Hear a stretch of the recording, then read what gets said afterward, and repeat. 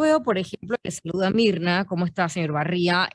Cuando yo veo a Aurelio Barría, cuando veo al señor Abadía, cuando veo otras figuras de la cruzada civilista estar en los medios de comunicación haciendo un llamado de atención, me huele a cruzada civilista. Entonces, me gustaría preguntarle, ustedes son esa generación que luchó en su momento por una causa, es decir, le estamos dando paso también a nuevas generaciones, a nuevos movimientos, a nuevos grupos, para que también hagan ese llamado de atención sobre las cosas que le importan al país.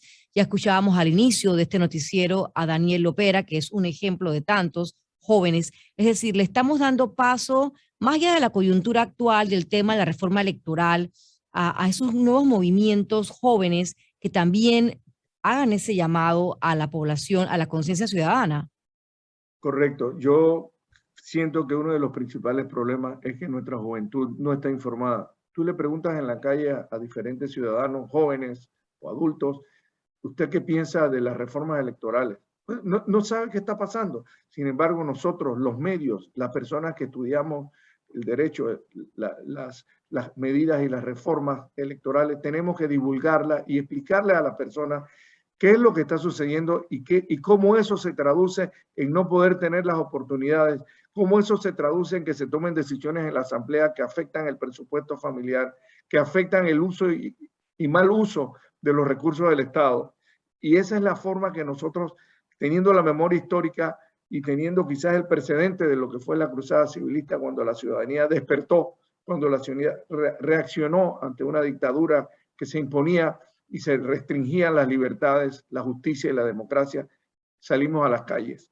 Pero hoy día, con el apoyo de los jóvenes que entienden, que están participando, le estamos dando una voz de alerta y creo que eso es lo más importante, que la juventud también está despertando para encontrarse que tiene que luchar para poder construir un mejor futuro y aprovechar todas las oportunidades. Si no, será demasiado tarde y no nos queremos ver en las circunstancias que están viviendo otros países del Cono Sur, como Perú, Bolivia y Venezuela, por mencionar algunos. ¿Cómo evalúa usted el actuar del presidente de la República específicamente en este caso que se pronunció y aparentemente medió en esta discusión? ¿Y qué mensaje le mandaría también usted a los magistrados del Tribunal Electoral? Creo que el presidente de la República se hizo eco del sentir y el reclamo que hizo la Cámara de Comercio en una conferencia de prensa y reaccionó e instó al presidente de la Asamblea y a los miembros del Tribunal Electoral que regresaran a la mesa del diálogo para revisar el contenido. Revisar el contenido significa volver al punto cero, pero yo creo que debemos ir un poco más, volver a revocar las medidas impuestas que se tomaron sin discusión, sin debate, sin consenso, porque lo que queremos es mejorar el código electoral que se usó en las últimas elecciones. No queremos volver a tener el mismo, queremos es que se consideren las reformas electorales que fueron las que se plantearon en el proyecto 544. Si se pueden mejorar, a buena hora, pero lo que no queremos es retroceder. Así es que yo considero que el presidente tuvo la iniciativa de exhortar a que se sentaran en la mesa. Creo que los ciudadanos tenemos la responsabilidad que cuando se sienten en la mesa respeten la voluntad popular y que se decida a revocar, pero con hechos concretos, no con promesas que nunca se vayan a cumplir. Eso es un punto importante. En la segunda pregunta... A los magistrados, el mensaje a los magistrados del Tribunal Electoral, que hoy se reúnen a puerta cerrada, por eso le pregunto, ¿no? Bueno, los magistrados tienen que dar una explicación. Ellos ya expresaron por qué se levantaron de la mesa.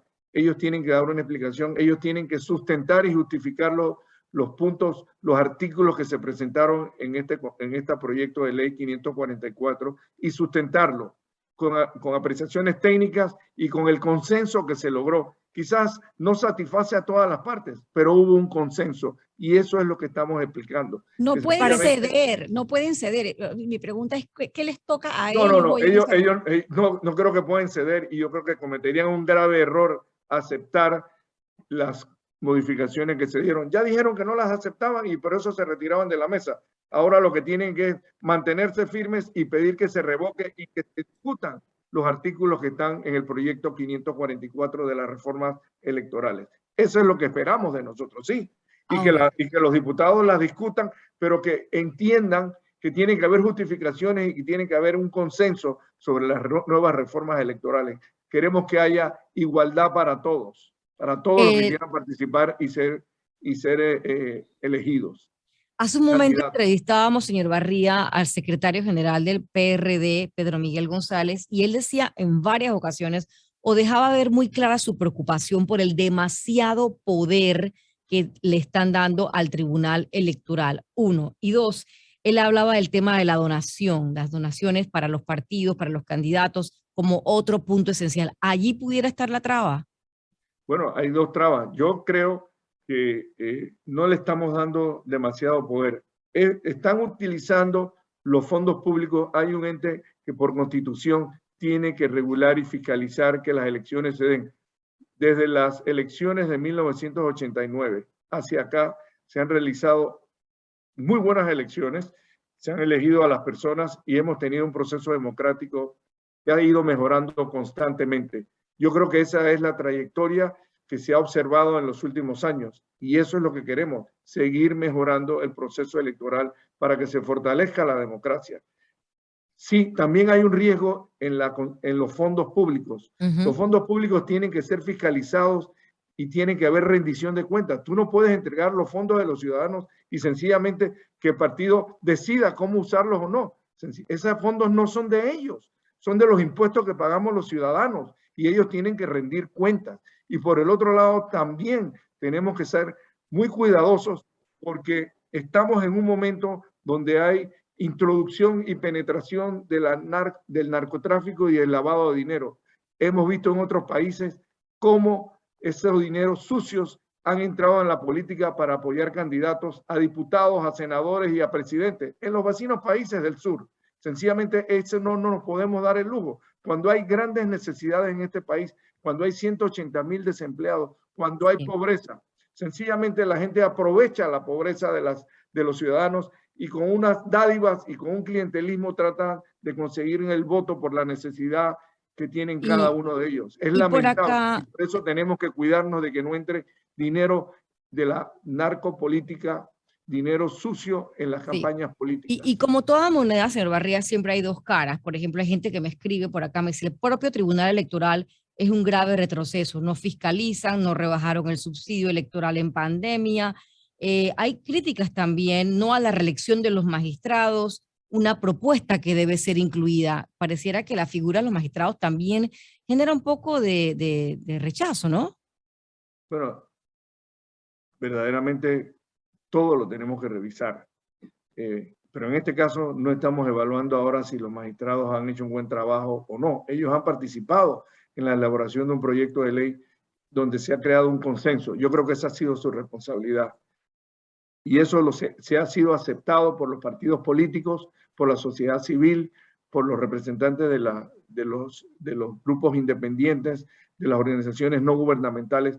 Ahí ha estado la sociedad panameña representada. Entonces, si ese ha sido el producto de un trabajo de un año, respetémoslo, mejorémoslo, pero no retrocedamos como el cangrejo. Y eso no puede ser. Y quiero reiterarte que en este momento hay una gran decisión de participar, porque por muchos años y por mucho tiempo hemos visto cómo se nos han impuesto en el país muchas medidas las cuales estamos inconformes. Pero eso, como decía Martin Luther King, sencillamente ese es el problema que tenemos en los países. No es lo que nos imponen y lo que nos debilitan, sino el silencio de las mayorías. Pero cuando estos reaccionan, tenemos entonces que dar ejemplos de participación cívica ciudadana y que dentro de un gobierno democrático se escuchen estas voces y se atiendan estas demandas y estos reclamos. Ojalá que ese sea el caso. Gracias por estar esta mañana con nosotros, Aurelio Barría, dirigente histórico de la Cruzada Civilista, y seguro va a estar en la cobertura que el equipo de Radio Panamá va a tener esta tarde